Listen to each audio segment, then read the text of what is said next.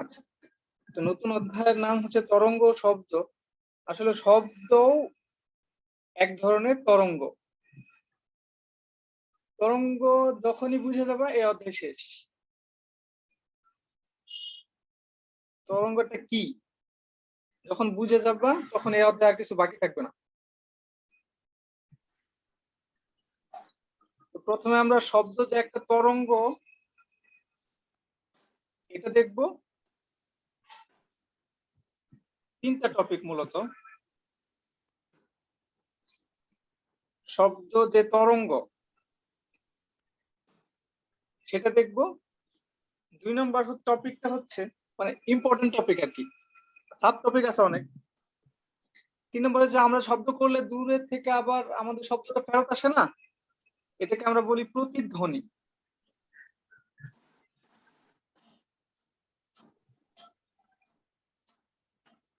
প্রতিধ্বনি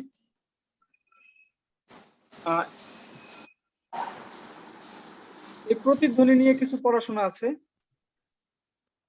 প্রতিধ্বনি কিন্তু আমরা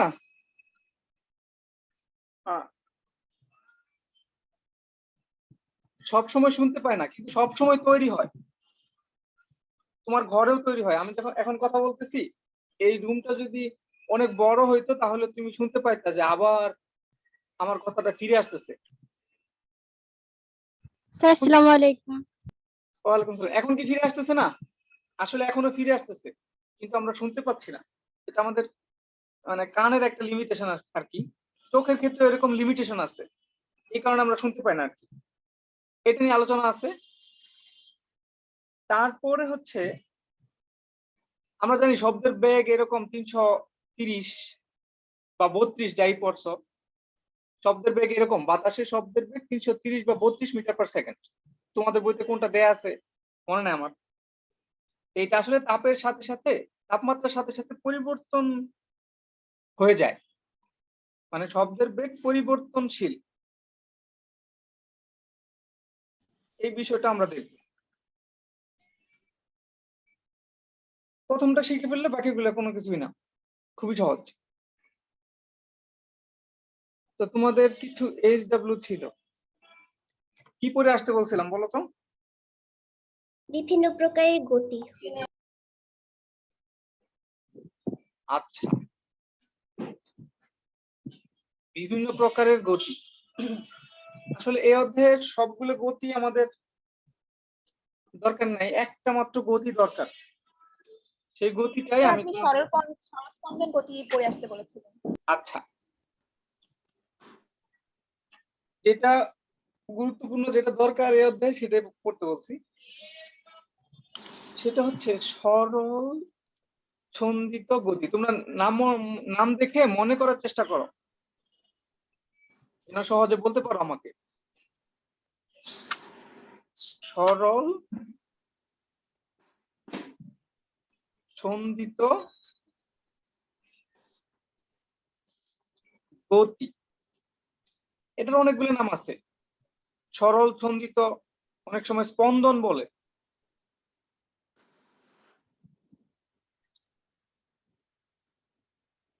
আর ইংরেজিতে যদি বলে সিম্পল হারমোনিক মোশন।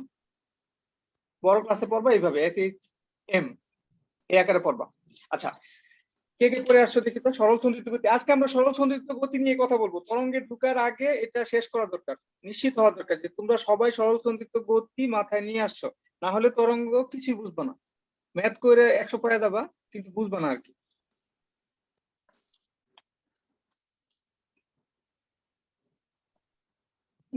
বলো, একজন বলো সরল ছন্দিত গতির সংজ্ঞাটা বলো। স্যার আমি বলবো। বলো। হ্যাঁ, নুসরাত বলুক। যদি কোনো পর্যাবৃত্ত গতিসম্পন্ন কণার গতিপথ সরলরৈখিক হয় এবং এর উপর ক্রিয়ারত বল সাম্যাবস্থা থেকে কণার সরণের সমানুপাতিক হয় এবং এর দিকে সবসময় সাম্যাবস্থার অভিমুখী হয়, তাহলে বস্তু কণার ওই গতিকে সরলছন্দিত গতি বলে। আচ্ছা, ওকে। আর কে বলবে? স্যার আমি বলি। বলো, সোয়া বলো। স্যার সরল স্পন্দন গতি হলো একটি বিশেষ ধরনের পর্যাবৃত্ত গতি, যেটি একটি নির্দিষ্ট বিন্দু থেকে গতি পরিবর্তন করে ওই বিন্দুটির সমানভাবে পশ্চাতে বা পিছনে বা সামনের দিকে একইভাবে সমানভাবে গতিটি পরিবর্তন হয়, আবার ওই জায়গাতেই ফিরে আসে, এটাকে আচ্ছা, বোঝায়। ঠিক আছে। তুলনা বলতে চাইছিলাম? জি স্যার, সোহান যেটা বলেছে আমি ওটাই বলতে চেয়েছিলাম। তোমার কাছে শুনি। স্যার, সরস্পন্দন গতি হচ্ছে এক ধরনের পর্যায়বৃত্ত গতি, যেখানে একটি বস্তু একটি নির্দিষ্ট বিন্দুকে কেন্দ্র করে একটি নির্দিষ্ট সময় পর পর অগ্রবর্তী কিংবা পশ্চাৎবর্তী হয়। আচ্ছা, ঠিক আছে। আচ্ছা, সবাই পর্যাবৃত্ত গতি বলতেছে, তাহলে পর্যাবৃত্ত গতিটা আমি একটু দেখি।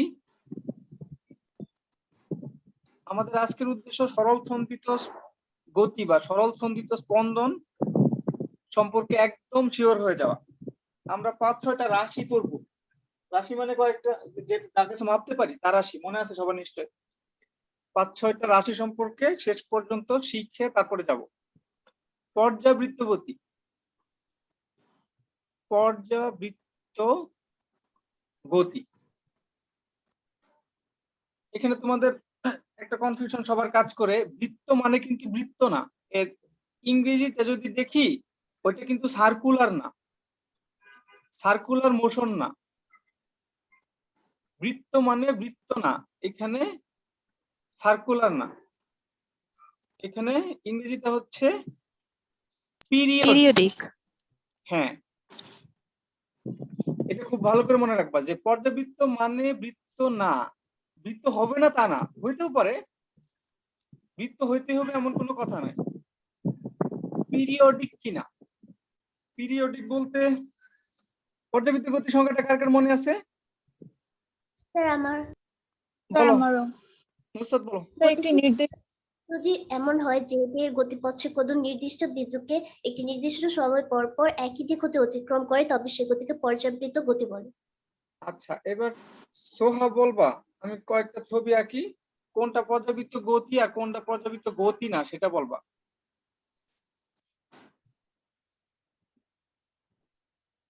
আচ্ছা, এটা এ, এটা বি, এটা সি, এটা ডি। কোনটা পর্যাবৃত্ত গতি আর কোনটা পর্যাবৃত্ত গতি না?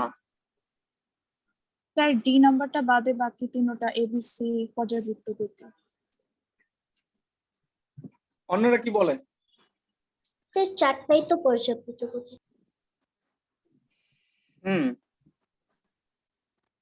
অন্য কোনো মত আছে যে 4টা পর্যাবৃত্ত গতি না এরকম?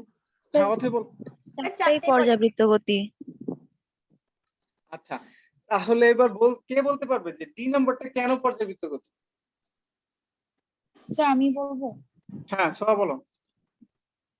স্যার এটা একটি বিন্দু একই দিক থেকে বারবার অতিক্রম করে আসতেছে না পর্যাবৃত্ত আকারে, এটা দুইটি বিভিন্ন অপোজিট দিক থেকে আসতেছে। আচ্ছা, দেখো, পর্যাবৃত্ত গতি হওয়ার জন্য দুইটা শর্ত। পর্যাবৃত্ত গতি দুইটা শর্ত। পর্যাবৃত্ত গতি হওয়ার জন্য দুইটা শর্ত। একটা হচ্ছে পর্যায়কাল।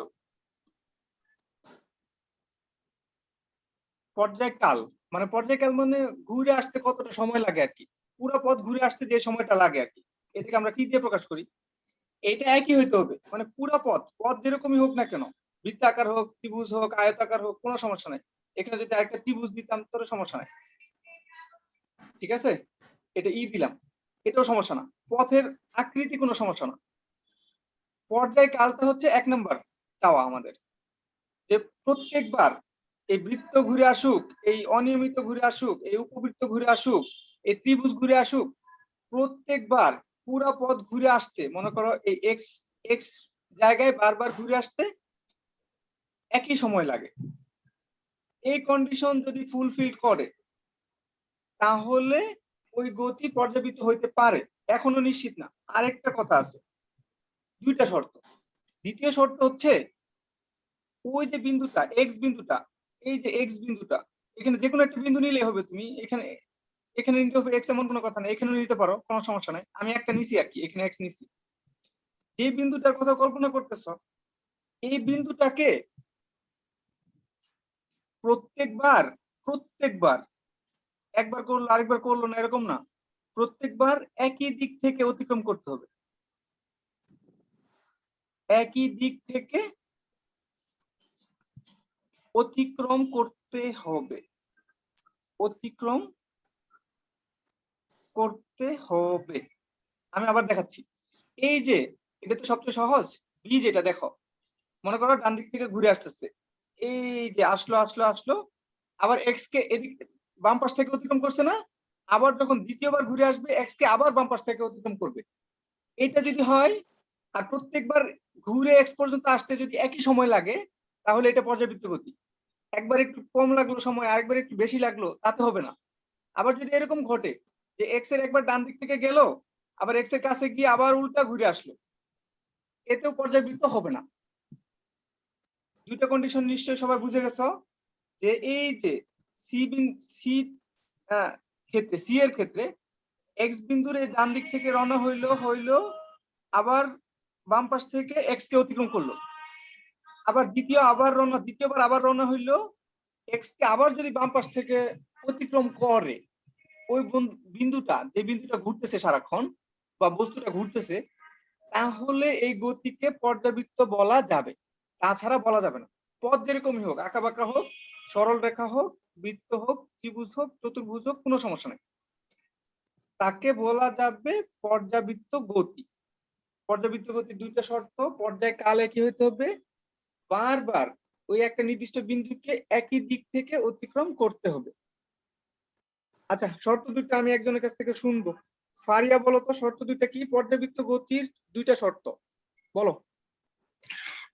পর্যায়কাল হতে হবে, মানে এক নির্দিষ্ট সময়ের পর পর ঘুরতে হবে, আর আরেকটা হচ্ছে গিয়ে যে বিন্দুটিকে মানে বিন্দুটি যেটা বস্তু থাকবে সেটা একই দিক থেকে অতিক্রম করবে।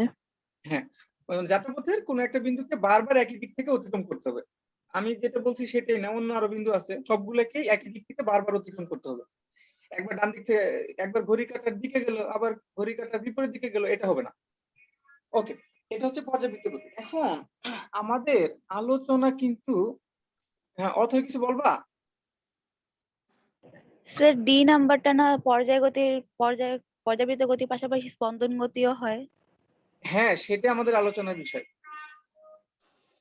সেটা আমাদের আজকের আলোচনার বিষয়। এই বাকি সবগুলো বাদ, শুধু পর্যাবৃত্ত গতির মধ্যে এতক্ষণ সবাই যে বলতেছিল পর্যাবৃত্ত গতি, যে পর্যাবৃত্ত গতি, স্পন্দন বলতে যায় খালি পর্যাবৃত্ত বলতেছে, এই জন্য আমি একটু বলে দিলাম যে পর্যাবৃত্ত গতি হওয়ার জন্য শর্ত হচ্ছে স্যার আমার এই একটা দুইটা। কোশ্চেন ছিল।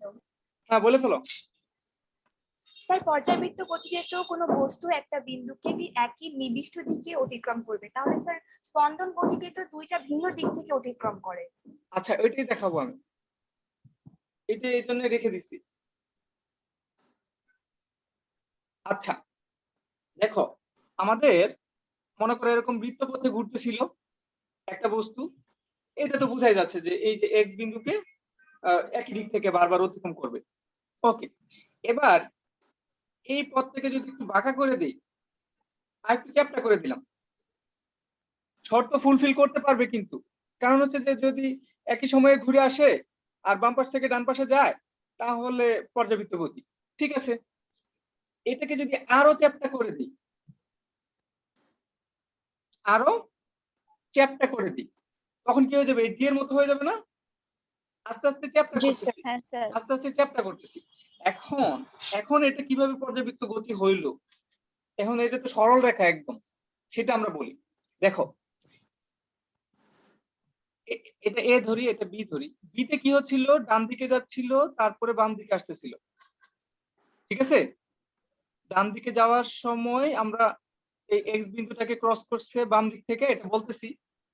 আবার যখন এই নিচের দিক দিয়ে ঘুরে আসে আবার এক্স কে অতিক্রম করলো, তখন বললাম যে হ্যাঁ একই দিক থেকে অতিক্রম করেছে, একই দিক থেকে অতিক্রম করেছে। দেখো, তুমি যদি মনে করো যে এক্স কে তো এই নিচের দিক থেকে উল্টা দিক থেকে অতিক্রম করছে, আর উপরের দিক থেকে আরেক দিক থেকে অতিক্রম করছে, মানে একবার ডান দিক থেকে অতিক্রম করছে, একবার বাম দিক থেকে অতিক্রম করছে, এটা কি সত্য?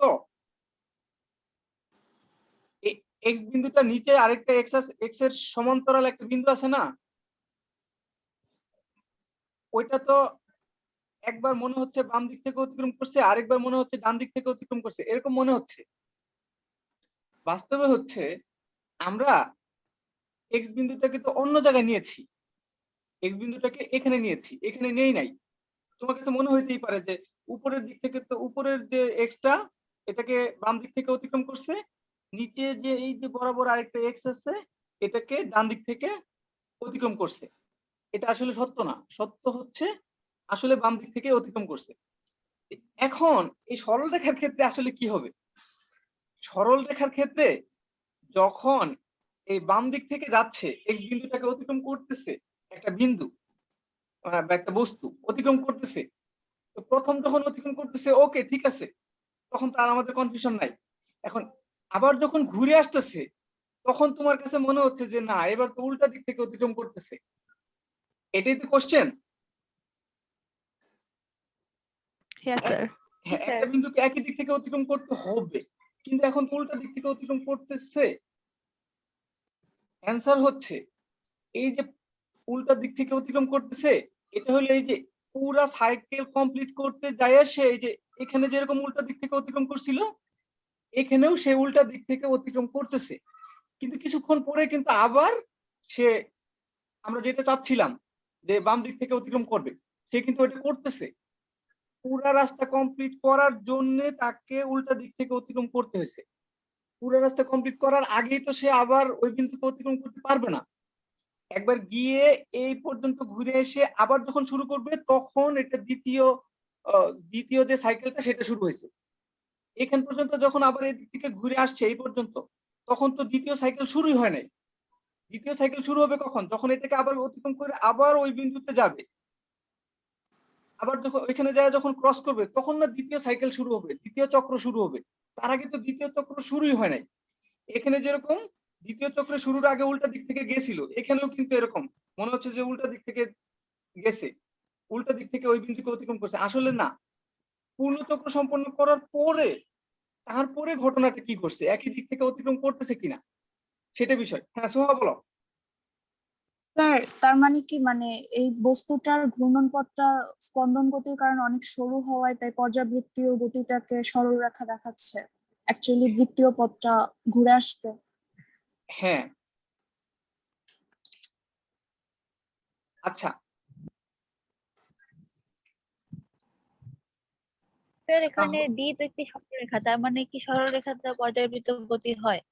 হ্যাঁ যে কোনো পথ যেটাই হোক না কেন আমার পর্যাবৃত্ত গতি হইতে পারে যদি ওই দুইটা শর্ত ফুলফিল করে।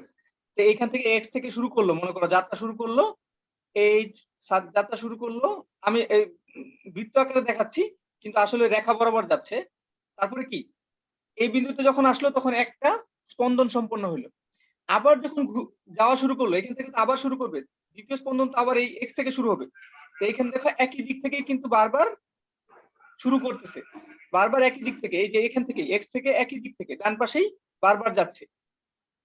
যখন ঘুরে আসতেছে, যখন কণাটা এই পথ বরাবরই ঘুরে আসতেছে, ওইটা কিন্তু আগের স্পন্দনেরই অংশ, আগের স্পন্দনেরই অংশ। ওইটাকে তুমি কনসিডার করতে পারবে না যে উল্টা দিক থেকে আসতেছে। আগের স্পন্দন তো এখনো শেষ হয় নাই, পূর্ণ স্পন্দন শেষ হতে হবে না, আমাদের তো পূর্ণ স্পন্দন শেষ হতে হবে, টিটা শেষ হতে হবে। এই টিটা পর্যায়কাল যেটা, পর্যায়কাল যেটা পুরা স্পন্দন পুরা পথ একবার ঘুরে আসতে হবে, পুরা পথ ঘুরে আসার পরে থেকে তুমি আবার কনসিডার করতে পারবা। তার আগে তুমি কনসিডার করতে পারবে না, বলতে পারবে না যে উল্টা দিক থেকে যাচ্ছে, একই দিক থেকে যাচ্ছে। তাহলে আমাদের পর্যাবৃত্ত গতির সংজ্ঞাটা কি দাঁড়ালো, সরি স্পন্দন গতির সংজ্ঞাটা কি দাঁড়ালো, যে যে পর্যাবৃত্ত গতি এমন হয় এর যাত্রাপথটা সরল রৈখিক হয়। এই যাত্রাপথটা সরল রৈখিক হয়, তাহলে আমরা কি দেখতে পাই, গতিপথের বা যাত্রাপথের অর্ধেক সময় কি যায়, ডান দিকে যায়, আর বাকি অর্ধেক সময় বাম দিকে যায়, বিপরীত দিকে যায়। স্পন্দনের অর্ধেক সময় ডান দিকে যায় বাকি অর্ধেক সময় বাম দিকে যায়, মানে টি এর অর্ধেক সময় ডান দিকে যাবে, টি এর বাকি অর্ধেক সময় বিপরীত দিকে যাবে। এই গতিটাকে বলে পর্যাবৃত্ত। আচ্ছা, এটা তো পর্যাবৃত্ত গতি অবশ্যই। সরল ছন্দিত স্পন্দন, আমি সংজ্ঞাটা লিখতেছি তাহলে তোমাদের আর কনফিউশন থাকবে না। তাহলে সরল ছন্দিত স্পন্দনের সংজ্ঞাটা লিখি, তোমরা লিখে ফেলো। আর কোশ্চেন থাকলে অবশ্যই নিব, আজকে যেহেতু তোমাদের ক্লাস না একটু বেশি সময় নিতে পারি। সরল ছন্দিত স্পন্দন পর্যাবৃত্ত গতি সবাই জানে, আমি লিখতেছি, সমস্যা নাই। সংজ্ঞাটা একবার বলো তো একদম।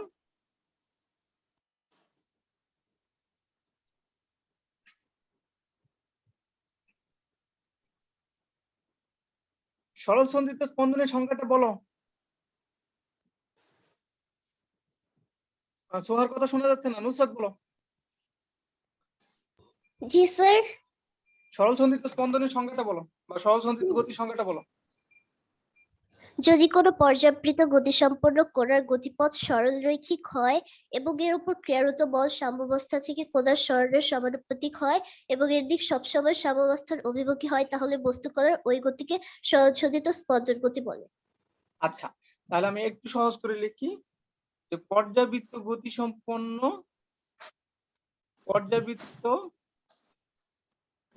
সম্পন্ন কণার গতি যদি সরল রৈখিক হয়,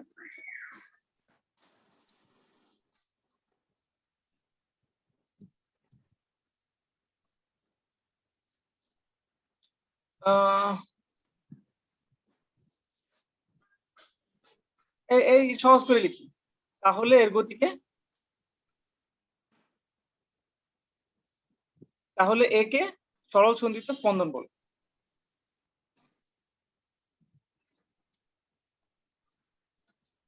একে সরল ছন্দিত স্পন্দন বলে।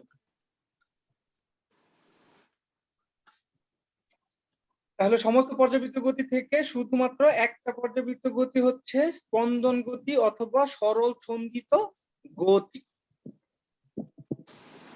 তো এই গতিটার একটা বৈশিষ্ট্য আমি এখন বলি, সেটা হচ্ছে যে এই পুরাটা যে স্পন্দিত হবে, এই এ বিন্দু থেকে বি বিন্দুতে যাবে, আবার বি বিন্দু থেকে এ বিন্দুতে আসবে, তো এটা সব মিলিয়ে তো একটা স্পন্দন, সব মিলিয়ে তো একটা স্পন্দন। তো এই স্পন্দনের দেখো অর্ধেক সময় যেদিকে যাচ্ছে ডান দিকে, টি হাফ যদি ডানে হয় তাহলে বাকি টি হাফ হবে বামে।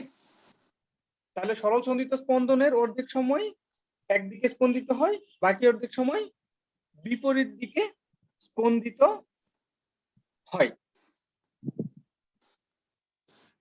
ওকে, এবার হচ্ছে তুমি যদি ছাদের মধ্যে, তোমার ছাদের মধ্যে শক্ত, এই যে এটা দিয়ে শক্ত বোঝাচ্ছি আর কি, ছাদ বোঝাচ্ছি, একটা সুতায় বেঁধে এই সিলিং এর মধ্যে বাঁধছ, একটা ছোট্ট একটা বস্তু বাঁধছ, তো এটাকে যদি নাড়াচাড়া করায় দাও, অনেক দূরে না, এত এত বড় না, অল্প একটু নাড়ায় দাও, অল্প একটু দুলায় দাও, তাহলে কি হবে ঘটনাটা? একবার এদিকে যাবে, একবার একবার ডান দিকে যাবে, বাম দিকে যাবে। বাম দিকে যাবে। এখন তুমি যদি এই ঘটনাটাকে এইভাবে তুমি ঘটাতে পারতা, জোরে দুলায় দিলা, তাহলে এইখানে চলে যাচ্ছে, এইখানে চলে যাচ্ছে, ঠিক আছে? তাহলে এই গতিটা দেখো বৃত্তাকার হয়ে যায়। তুমি যদি যে এখানের কথা চিন্তা করো, এখানের কথা চিন্তা করো, তাহলে এই যে যে বস্তুটা বাঁধছো এটা বৃত্তাকার একটা গতিযুক্ত হয়ে যায়। কিন্তু আমরা তো এটা চাই না, আমরা চাই সরল রৈখিক গতি। আমাদের পর্যাবৃত্ত গতিটা হবে সরল রৈখিক। এই জন্য আমি বলছি যে খুবই অল্প কোণে দুলায় দিবা, খুবই অল্প কোণে দুলাবা। অল্প কোণ বলতে 0 থেকে 4 ডিগ্রি, এর চেয়ে বেশি হওয়া যাবে না, 4 ডিগ্রির চেয়ে বেশি হওয়া যাবে না, তাহলে এখানে আর সরল রৈখিক থাকবে না, এখানে বৃত্ত হয়ে যাবে। এখানে বলতে এই যে নিচে, এখানে সরল রেখা মনে হবে না, তোমার কাছে বৃত্ত মনে হবে। তো এরকম যদি হয় কোন একটা বস্তুকে উপর থেকে ঝুলিয়ে দেওয়া হয়েছে, অল্প কোণে আমরা ঝুলিয়ে দিছি, তাহলে এই যে বস্তুটা এর গতিটাকে আমরা স্পন্দন বলতে পারি।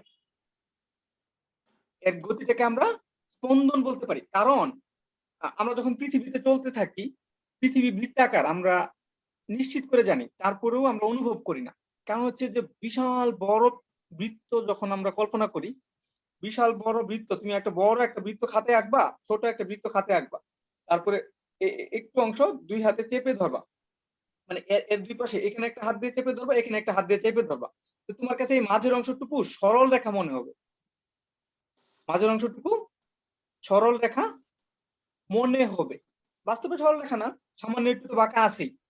এখানের ক্ষেত্রে এই যে আমি যে 4 ডিগ্রির কথা বলতেছি আর সরল রেখা বলতেছি, এখানেও কিছুটা বাঁকা আছে, কিন্তু ওই যে পৃথিবী যেরকম আমরা হাঁটতেছি পৃথিবীর উপর দিয়ে বাঁকা, তারপরে বুঝতে পারতেছি না, সরল রেখা মনে হচ্ছে, ওইরকম যদি 4 ডিগ্রি বা এর কম নাও, তো তোমার কাছে তুমি পার্থক্য করতে পারবে না যে এখানে সরল রেখা নাকি একটু বক্র রেখা, মানে এখানে কি এরকম একটু একটু বাঁকা আছে নাকি সরল রেখা, তুমি পার্থক্য করতে পারবে না। তোমার কাছে মনে হবে না এটা সরল রেখা, সরল রেখা এটা মনে হবে তোমার কাছে। এখন তুমি খেয়াল করে দেখো, এই যে নিচের বস্তুটা, এই বস্তুটা, আচ্ছা কালারটা একটু চেঞ্জ করি, এই বস্তুটা দেখো এখান থেকে যখন ডান পাশে যাচ্ছে, ডান পাশে যাচ্ছে, তখন একটা দূরত্ব যাচ্ছে, তারপর আবার ঘুরে আসতেছে, এবার কি করতেছে, আবার বাম পাশে যাচ্ছে, একটা দূরত্ব গিয়ে আবার ঘুরে আসতেছে।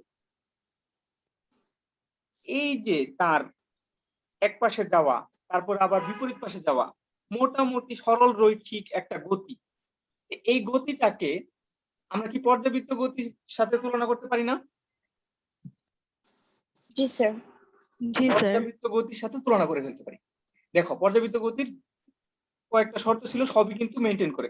দেখো এই বিন্দুটাকে যদি আমরা এক্স ধরি, তাহলে কি করে এদিক দিয়ে গেল, তারপর যখন ঘুরে আবার আসলো, তখন দেখো বারবার বাম পাশ থেকে, বারবার বারবার বাম পাশ থেকেই এই মাঝখানের অবস্থাকে অতিক্রম করে, আর প্রত্যেকবার যখন ঘুরে আসবে একই সময় লাগবে, অবশ্যই একই সময় লাগবে। 4 ডিগ্রি বেশি হলে কিন্তু একই সময় লাগবে না, ভিন্ন সময় লাগবে, তখন কিন্তু আর আমাদের এই সূত্র কাজ করবে না।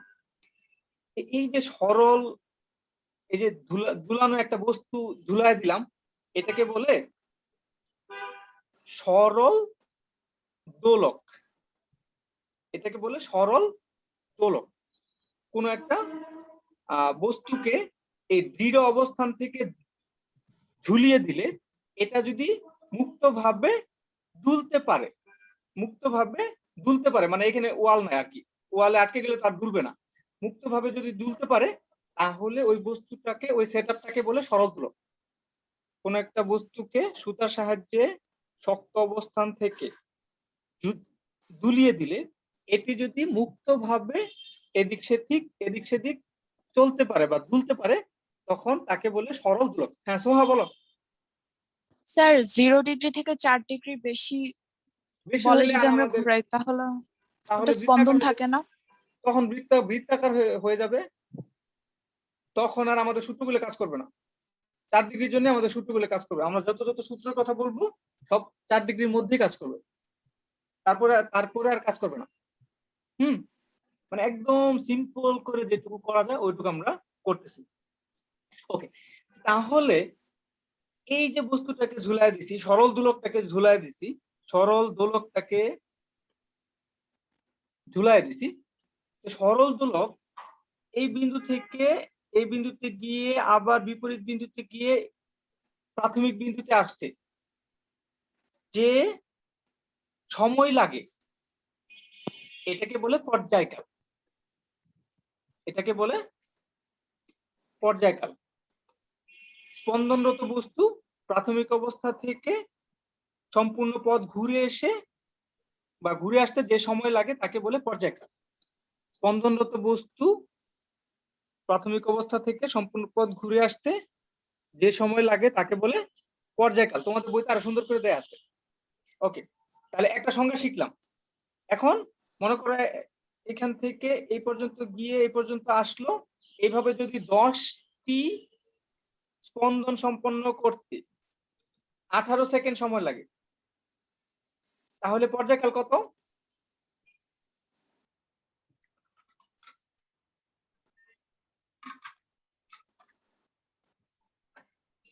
আঠারো। 10টাতে 18 সেকেন্ড, তাহলে একটার জন্য 180 কত সেকেন্ড। একটার জন্য কত সেকেন্ড লাগে? 180। বেড়ে যাবে না কমে যাবে? স্যার এই স্যার কমে 1.8 যাবে 1.8 সেকেন্ড। হয়ে যাবে। আচ্ছা ঠিক আছে, তাহলে পর্যায়কাল হবে 10টা স্পন্দনের জন্য যদি 18 সেকেন্ড হয়, তাহলে পর্যায়কাল হবে 1.8 সেকেন্ড। আমরা প্র্যাকটিক্যালি এরকম করি।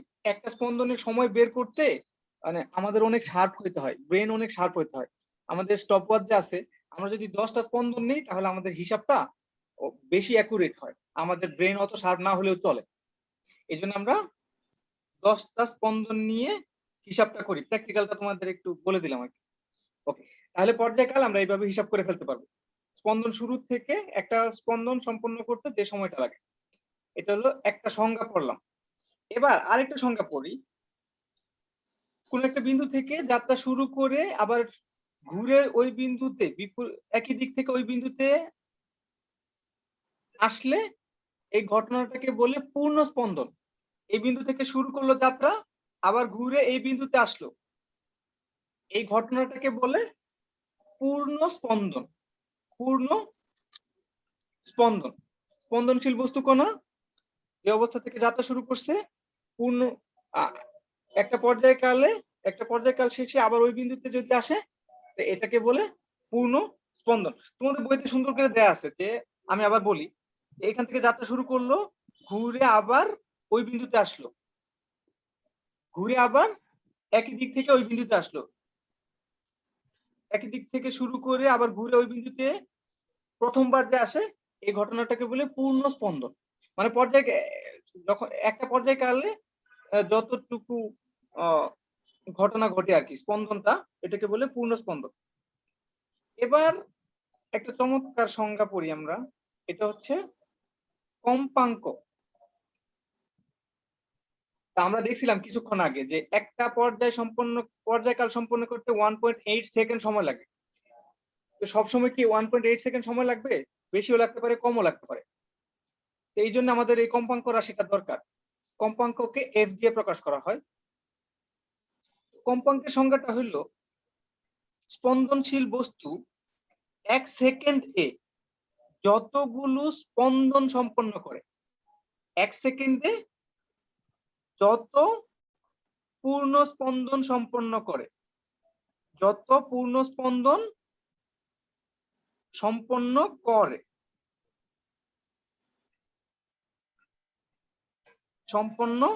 করে, তাকে কম্পাঙ্ক বলে। এই যে তোমার সরল দোলকটা, এটা 1 সেকেন্ডে কতগুলা পূর্ণ স্পন্দন সম্পন্ন করছে, সেটাকে বলে কম্পাঙ্ক। একে এফ দিয়ে প্রকাশ করা হয়। স্পন্দন কম্পাঙ্ক সবসময় যে একের বেশি হবে এমন কোনো কথা নয়, একের কম হইতে পারে। আমরা কিছুক্ষণ আগে দেখছিলাম 1.8 সেকেন্ডে একটা পূর্ণ স্পন্দন সম্পন্ন করছে, তাহলে 1 সেকেন্ডে কতগুলো পূর্ণ স্পন্দন সম্পন্ন করবে? 1.8 সেকেন্ডে একটি, তাহলে 1 সেকেন্ডে কতটি? 1/1.8। হ্যাঁ, 1/1.8, মানে একের একটু কম। 0.55 0.55 হার্টজ। আচ্ছা, ও 0.5 কত হয়? 56? Sir No, sir, 55 0.555. আচ্ছা, 55 কম্পাঙ্কের একক হচ্ছে Five. হার্টজ। হার্টজ। HZ হচ্ছে একজন বিজ্ঞানীর নাম হার্টজ। তাহলে কম্পাঙ্কের সংখ্যা কি পড়লাম? স্পন্দনশীল বস্তু কণা প্রতি সেকেন্ডে যতগুলো পূর্ণ স্পন্দন সম্পন্ন করে তাকে বলে কম্পাঙ্ক। মানে 1 সেকেন্ডে কতবার ভাইব্রেশন দেয় আর কি, 1 সেকেন্ডে কতগুলো ভাইব্রেশন হয়, এটাকে বলে কম্পাঙ্ক। আরেকটা ডেফিনেশন পড়ি, এটা হচ্ছে, তোমাদের যেহেতু ক্লাস নাই আমি একটু ক্লাসটাকে বড় করতেছি ইচ্ছা করে।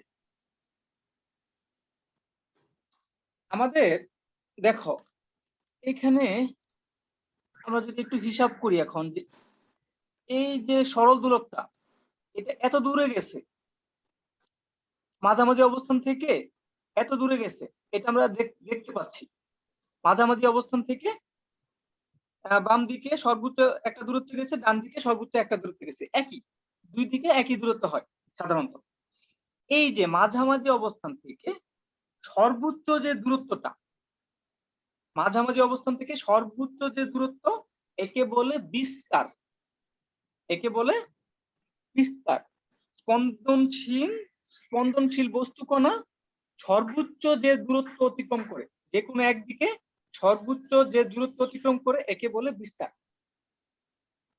স্পন্দনশীল বস্তু কণা সর্বোচ্চ যে কোনো একদিকে সর্বোচ্চ যে দূরত্ব অতিক্রম করে তাকে বলে বিস্তার। দূরত্ব বুঝতে পারতেছো, তাহলে যেহেতু দূরত্ব এর একক হবে মিটার, দেয়া থাকবে। তোমাদের ক্লাসে আপাতত অত বেশি দরকার নাই এটা। তাহলে বিস্তার হচ্ছে স্পন্দনশীল বস্তু কণা যে কোনো একদিকে সর্বোচ্চ যে দূরত্ব অতিক্রম করে, সেটাকে বলে বিস্তার। এই যে মাঝামাঝি যে অবস্থানটা, এর একটা নাম আছে। মাঝামাঝি অবস্থার নাম হচ্ছে সাম্যাবস্থা। মাঝামাঝি অবস্থার নাম হচ্ছে সাম্যাবস্থা। এটা কিন্তু অনেকবার ইউজ করবো শব্দটা। মানে তুমি দোলকটাকে দুলায় দিলে, দুলায় দেওয়ার আগে এমনিতেই বেঁধে রাখছো যখন, তখন যে অবস্থাটা, সেটা হচ্ছে সাম্যাবস্থা, স্থির অবস্থা, স্বাভাবিক অবস্থা। এটাকে আমি সাম্যাবস্থা বলবো। দোলকটা যখন স্থির অবস্থায় আছে, তখন নিচের যে বস্তুটা, এই বস্তুটা, বা এটাকে আমরা বব বলি, বব, এটাকে বলি আমরা বব। তো ববটা স্থির অবস্থায় যেখানে আছে, স্বাভাবিক অবস্থায় যেখানে থাকে, সেই অবস্থাকে বলে সাম্যাবস্থা। তাহলে বিস্তারের সংজ্ঞা যদি আমরা সাম্যাবস্থা দিয়ে এই শব্দটা ব্যবহার করে দিই, তাহলে কি হবে? আমাদের স্পন্দনশীল বস্তু কণা সাম্যাবস্থা থেকে সর্বোচ্চ যে দূরত্ব অতিক্রম করে তাকে বলে বিস্তার। স্পন্দনশীল বস্তু কণা সাম্যাবস্থান থেকে যে কোনো একদিকে সর্বোচ্চ যে দূরত্ব অতিক্রম করে, টোটালটা না কিন্তু, টোটালটা কিন্তু 2a। স্পন্দনশীল বস্তু কণা সাম্যাবস্থা থেকে যে কোনো একদিকে সর্বোচ্চ যে দূরত্ব অতিক্রম করে তাকে বলে বিস্তার। ওকে, এখন হচ্ছে তোমাদের কি নুসরাত একটা কথা বলছে, এটা তো বলতে হয় যেহেতু ও বলে ফেলছে, না হলে হয়তো আমি নাও বলতাম। তোমাদের লেভেলে একটু বলা আছে তোমাদের বইতে, এটা আসলে অনেক কঠিন হয়ে যায়। তোমরা এখন আমাকে বলো,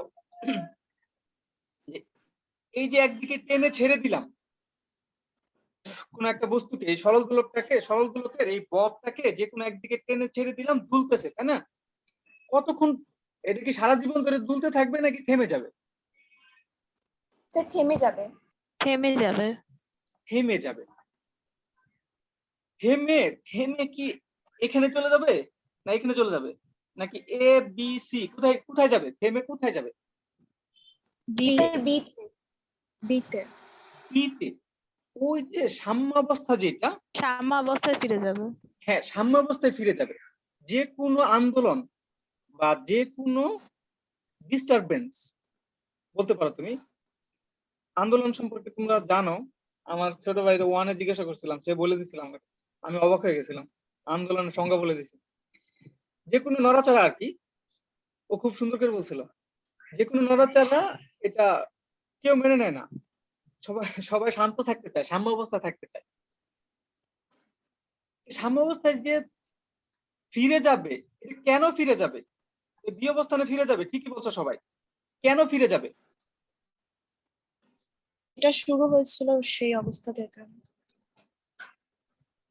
বি অবস্থায় ফিরে যাওয়ার কারণ হচ্ছে এইখানে এই বস্তুটার মধ্যে সবচেয়ে কম শক্তি থাকে, কম শক্তি থাকে। অন্য অবস্থানে শক্তি বেশি হয়ে যায়। আর এটা করতে বাধ্য করতেছে হচ্ছে একটা বল, একটা বল একে বাধ্য করতেছে। যখন দেখো, যখন এদিকে যাচ্ছে তখন কি করতেছে, ওই বলটা টেনে ধরতেছে এদিকে, আবার যখন বাম দিকে যাচ্ছে তখন কি করতেছে, ওই বলটা তাকে টেনে ভেতরের দিকে নিয়ে আসার চেষ্টা করতেছে। এই বিষয়টা কিন্তু খুব গুরুত্বপূর্ণ, খেয়াল করে দেখো। যখন সে ডান দিকে যেতে যাচ্ছে তখন কি করতেছে, মানে পেছন দিকে কেন আসতেছে, একটা বল নিশ্চয় তাকে টেনে ধরতেছে, একটা বল তাকে টেনে ধরতেছে। না ধরলে, তা নাহলে তার আসতো না, ওইখানে থেকে যেত, চুপচাপ ওইখানে থেকে যেত। এখানে মনে করো এখানে সি অবস্থানে এখানে থেকে যেত, গেছে তো গেছে, কিন্তু আবার এই বি অবস্থানে কেন ফেরত আসলো, তাকে কেউ একজন টেনে ধরতেছে। আবার যখন এ অবস্থানে গেল, ওইখানে যাওয়ার পরে আবার বি অবস্থানে ফেরত আসতেছে কেন? কারণ হচ্ছে সব সময় একটা বল এখানে কাজ করতেছে, সব সময় একটা বল কাজ করতেছে। এই বলের দিক হচ্ছে কোন দিক বলতো তাহলে? স্যার পৃথিবীর কেন্দ্র। না, এই সিস্টেমের মধ্যে বলের দিক কোনটা? দেখো, যখন নিচের বস্তুটা দিক। এদিকে যাচ্ছিল, যখন বস্তুটা এদিকে যাচ্ছিল তখন বল কাজ করতেছে কোন দিকে? পেছনের দিকে। এর বিপরীত হ্যাঁ, যখন বস্তুটা এদিকে যাচ্ছিল তখন বল কাজ করতেছে কোন দিকে? এদিকে। ডান দিকে। এখন দেখো, একবার ডান দিকে একবার বাম দিকে, তাহলে দুইটাকে একসাথে কি বলতে পারি? অগ্রপশ্চাৎ। কেন্দ্রের দিকে। সাম্য অবস্থার দিক। সবসময় বল কাজ করে কোন দিকে? সাম্যাবস্থার দিকে।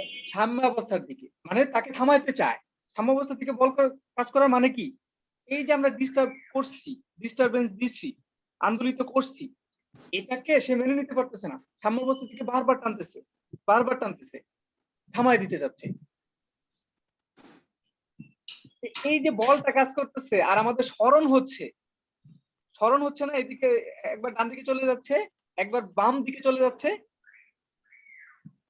ডান দিকে যখন একবার চলে যাচ্ছে একবার বাম দিকে চলে যাচ্ছে, এই বস্তুটা স্মরণ হচ্ছে না, কিছুটা মনে করো এক্স পরিমাণ স্মরণ হচ্ছে। এই স্মরণ আর বলের মধ্যে একটা সম্পর্ক আছে। দেখো, স্মরণ বলের সমানুপাতিক। যখন বেশি দূরে চলে যাচ্ছে তখন তাকে বেশি জোরে টানতেছে, আর যখন বেশি দূরে না যাচ্ছে তখন কিন্তু কম বলে টানতেছে।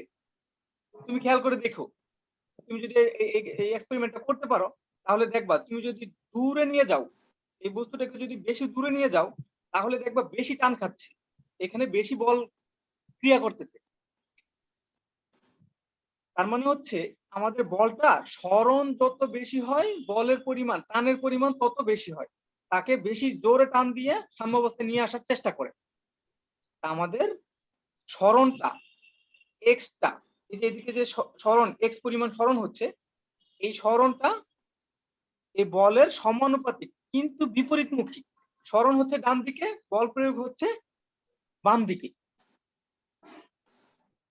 স্মরণ হচ্ছে ডান দিকে, বল প্রয়োগ হচ্ছে বাম দিকে।